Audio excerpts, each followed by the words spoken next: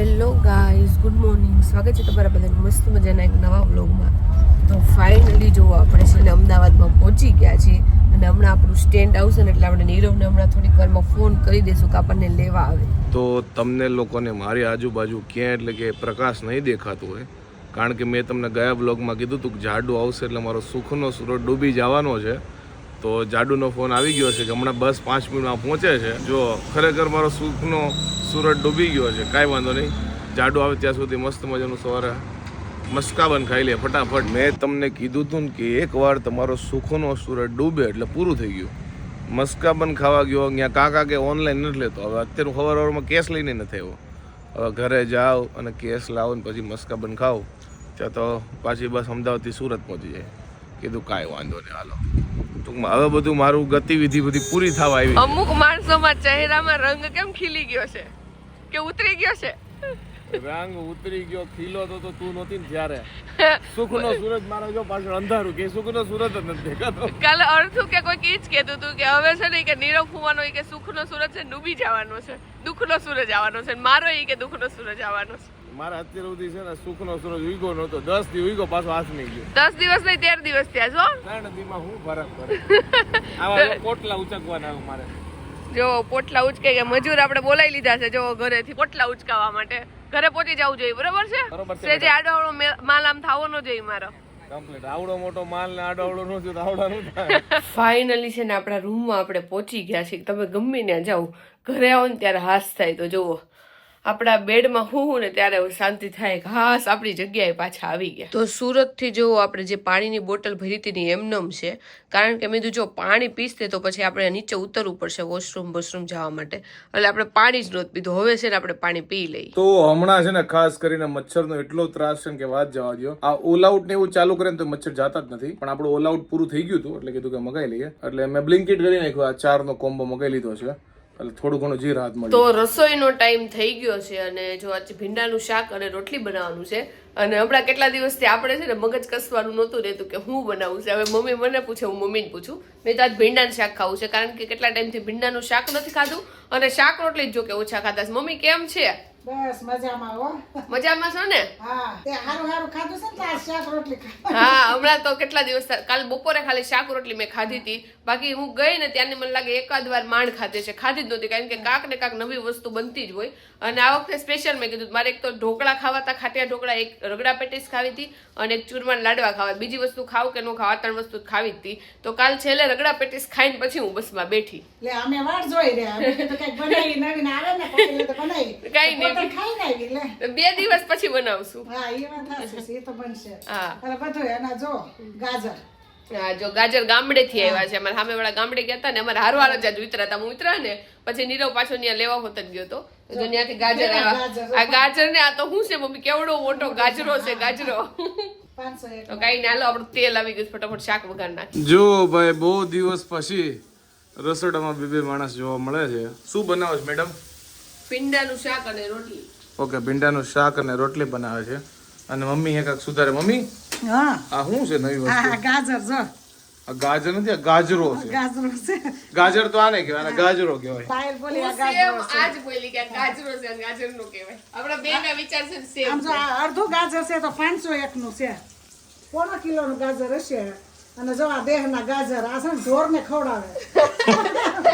એટલે મમ્મી આપણને ખવડાવે.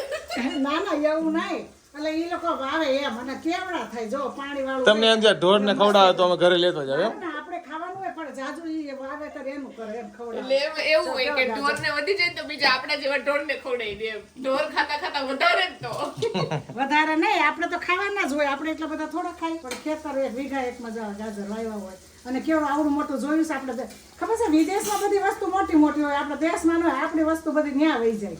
પણ આ જો તમને કે આવી બધી વસ્તુ હારી જ થાય છે. આપણને એમ થાય કે આપણે ત્યાં ઝીણી ઝીણી વસ્તુ કેમ થાય છે. વાહ, મમ્મીની ફિલોસોફી છે. જો મેડમ છે ને સુરત થી સાડીઓ બધી લઈને આવી છે ને થપ્પા મારી દીધા છે. મમ્મીને દેખાડવાનું એવું છે એટલે જો અત્યારે સોફા ઉપર મૂકી છે. હમણાં રસોઈ પૂરી થાય એટલે બે હાવ મંડા હાડીઓમાં જોજો. અમુક માણસોની જો ફરમાઈશ આવવા માંડી છે કે મને ભીંડાનું શાક નથી ભાવતું, તો જો સ્પેશિયલ બટેકાનું શાક નીરવ માટે બને છે.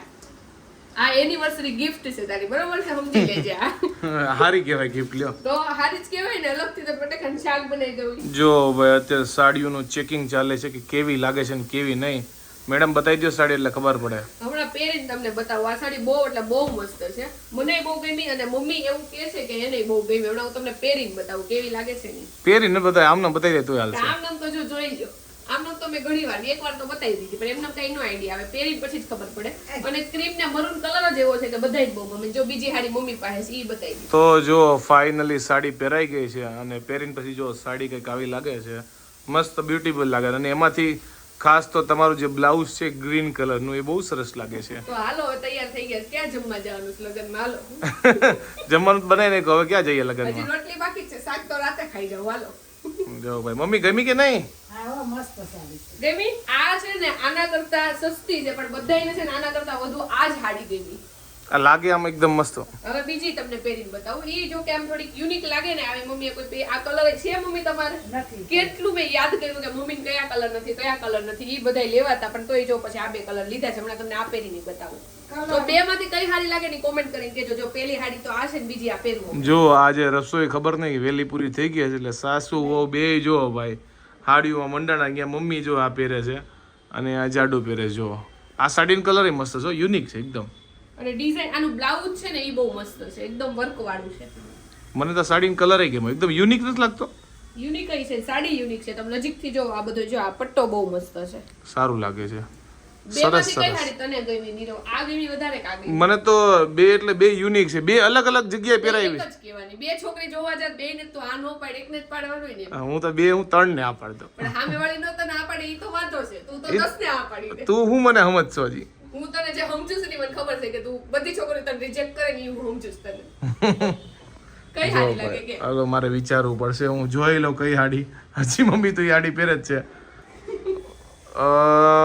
કન્ફ્યુઝિંગ છે હો કઈ હાડી. મને એમ લાગે મને વધારે ઓલી ગમે છે. ઓકે.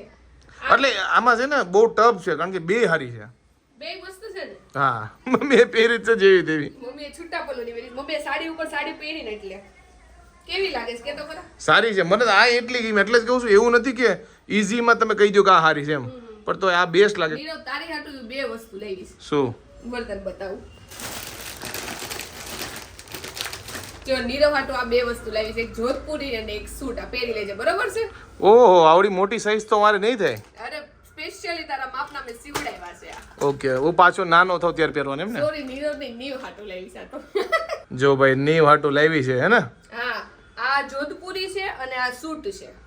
બે વસ્તુ લેવી છે. જો આપણા માટે કઈ વધુ છે ને એટલે આપણા હાટુ જો ભાઈ પગલુસણીઓ છે એવું લાગે છે. મારા હાટુ છે ને ઈ સૌથી મેન વસ્તુ છે, કારણ કે હું ઈ પગલુસણી એમ જ પડી હતી એટલે એમાં પડીને તો 15મો મહિનો તમારો એમનો જાય. એટલે આ તો ખાસ વસ્તુ છે, સ્પેશિયલ તાર હાટુ લેવી. એટલે પાડવા કે બચાવવા? પાડવાની બચાવવા. હું ભલે પડી મેં કીધું નીરવ ન પડવો જોઈએ. વાહ રે વાહ જો મસ્ત છે પગલુસણીઓ.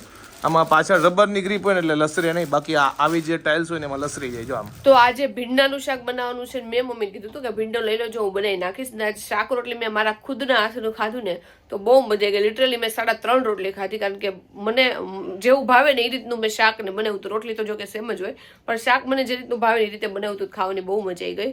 અને મેં વિચાર્યું હતું કે આજ રોઢે નહીં હોય, પણ રાતે કાંઈ એટલી ઊંઘ થઈ નહોતી. એટલે આપણે હજી તો બેડમાં પડ્યાની ભેગી આપણને ઊંઘ આવી ગઈ હતી, તો મસ્ત ઊંઘ થઈ ગઈ છે. હવે જોવાનું એ છે કે રાતે ઊંઘ આવે કે નહીં, પણ અત્યારે તો જોરદાર ઊંઘ થઈ ગઈ છે આપણી. અને તમે બધા એવું કીધું છે કે ચાંદલો તમને બહુ મસ્ત લાગે છે, તો ચાંદલો સારો લાગે. મેં સવારે કર્યો હતો તો અત્યારે ખરી હોતન ગયો. આપણે આ બીજો ચાંદલો કર્યો છે, તો હવે આપણે એવી ટ્રાય કરશું. એટલે ચાંદલાના પેકેટ 2 લઈ આવ્યા છે કે રોજ ચાંદલો સેથો આપણે કરશું. જો ભાઈ અમારો બેયનું હાલવાન ચાલુ થઈ ગયું છે. આગળ મેન જણ અને પાછળ હું. એટલે બધા એમ કે ને કે છોકરી ઈશારા ઉપર તો નથી નચાવતી, પણ પાછળ પાછળ નચાવે છે.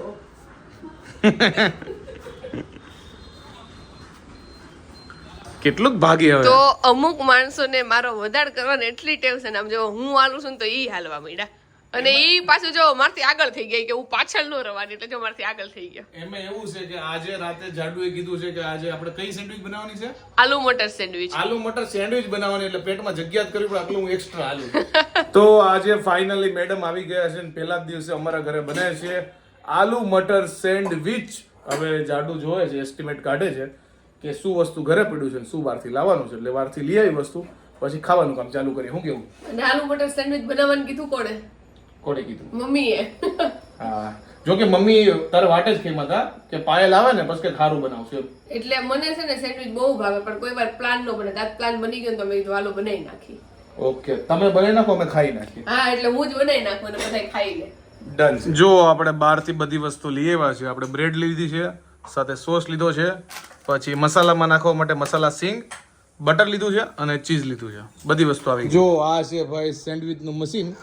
આ આફ્ટર મેરેજ પાયલ લઈને આવી હતી એટલે મને એવું લાગે છે મારા સસરાએ જોઈ વિચારીને જ આપ્યું છે કે આ મોટું સેન્ડવિચનું મશીન મોકલી દે એટલે જમાઈના કદાચ ધંધા આગાવા જતા તો એટલી સેન્ડવિચ બનાવવા થાય. એવું નથી ને? એને એટલે મૂક્યું છે કે અમારા જમાઈનું શરીર જોઈને તો એવું લાગે છે કે જમાઈને એક બે સેન્ડવિચ નહીં થાય. મારી દીકરી બિચારી કરી કરી થાકી જાય એટલે મોટું સેન્ડવિચનું મશીન દીધું છે કે જમાઈ ભલે ખાધા રાખે.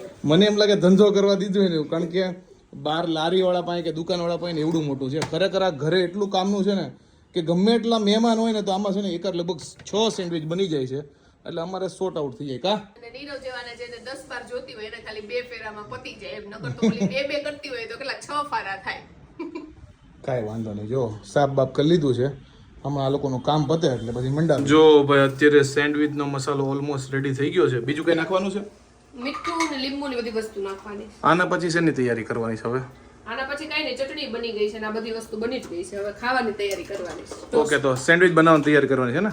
અને અહીંયા જો મમ્મીનો ડિપાર્ટમેન્ટ છે, લસણ ને એવું બધું સુધારવાનું. મમ્મી હા આ સેન્ડવિચ માટે લસણ સુધારો છો કામનો? ના ના એમને એક્સ્ટ્રા નવરી બેઠી છું ને એટલે ટીવી બનશે ટેબ્લેટ બનશે. સાચી વાત.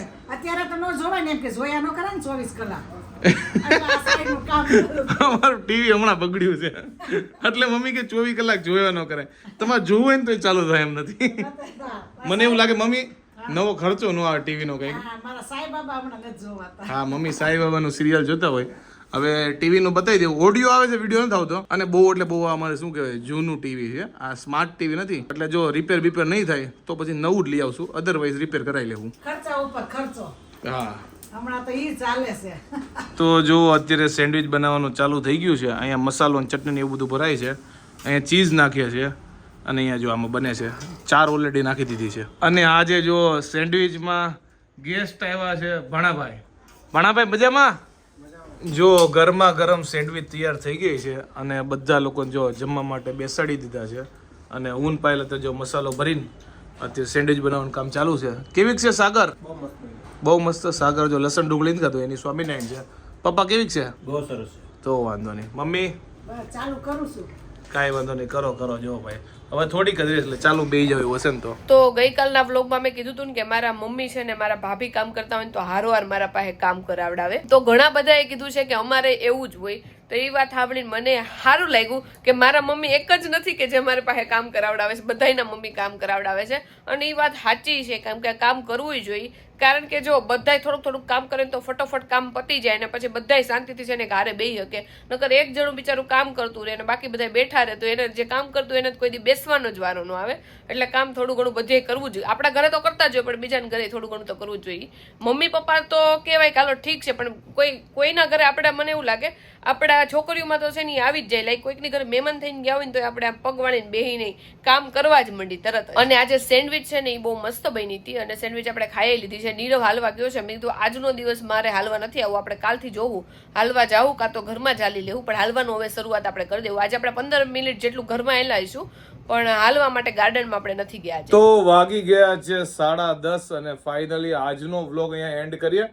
અને અત્યારે હું ચાલીને પાછું આવી ગયો છું. ચાલવાની બહુ મજા આવી. 1 કલાક ચાલ્યા, મોજ આવી ગઈ. આજ જાડુનો પહેલો દિવસ છે એટલે ચાલવા માટે એવી નથી. આવતીકાલથી જોઈએ, જો આવે તેને હારે જાવું, નકર આપણે એકલા જવું. કાંઈ નહીં, આજનો વ્લોગ અહીંયા એન્ડ કરી લઈએ. આવતીકાલે પાછું કંઈક નવું કરશું. અને પહેલા જ દિવસે સેન્ડવિચ ફૂલ ખાઈ લીધી. એટલું ખાઈ લીધું ને કે માથે લીંબુ સોડા પીવી પડી. કાંઈ વાંધો નહીં. આઈ હોપ કે તમને આજનો અમારો આ વ્લોગ ગમ્યો હશે.